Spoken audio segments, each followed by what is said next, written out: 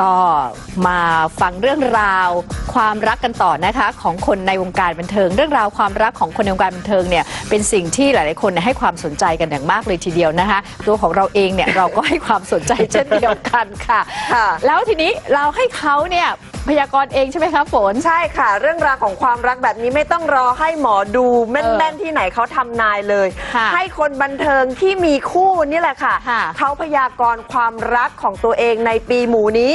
ไม่ว่าจะเป็นมาคิมหยาดทิพย์แล้วก็มิ้นท์ชาลิดานะคะว่าความรักในปีหมูของเขาปีนี้จะเป็นยังไงบ้างคือเรื่องความรักไม่มีใครรู้ดีมากไปกว่าเขาเองใช่ไหมคะถูกต้องเพราะฉะนั้นต้องให้เขาพูดเองพยากรณ์เองใช่ค่ะไปฟังพ่อหมอแม่หมอเขาพยากรณ์ความรักของตัวเองกันเลยค่ะ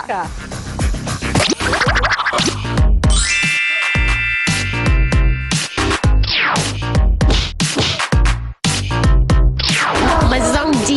ดีมากค่ะ ความรักต้องดีค่ะก็ต่างคนต่างทำงานก่อนเก็บเงินก่อนนะคะยังไม่รีบส่วนปีหน้าก็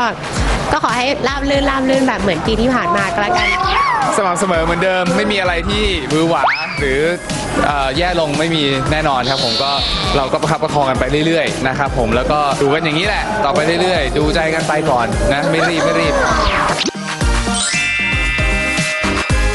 ขอให้ดีที่สุดเลยค่ะในรอบ30 ปีค่ะเอาแบบนี้ไปเรื่อยๆค่ะขอให้ดีแบบนี้ไปเรื่อยๆฟันธงค่ะก็ขอให้เน้นไปในเรื่องของการทำงานขายไอติมให้มันดีๆค่ะต้องบอกเพื่อนคู่คิดว่าทำงานนะคะขายไอติมทำยอดนะคะชักจูงไปกันในการเมคมันนี่ค่ะไม่มีข่าวดีเนาะไม่มีค่ะ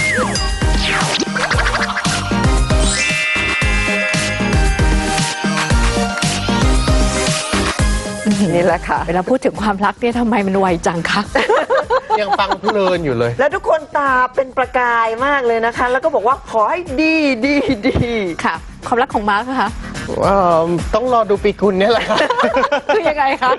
ก็ต้องรอดูเรื่อยๆฮะว่าจะมีมาหรือจะไม่มีมาเพราะว่าปีจอยังแห้วอยู่ครับไปถึงคนใช่ไหมคะใช่คือความรักเรามี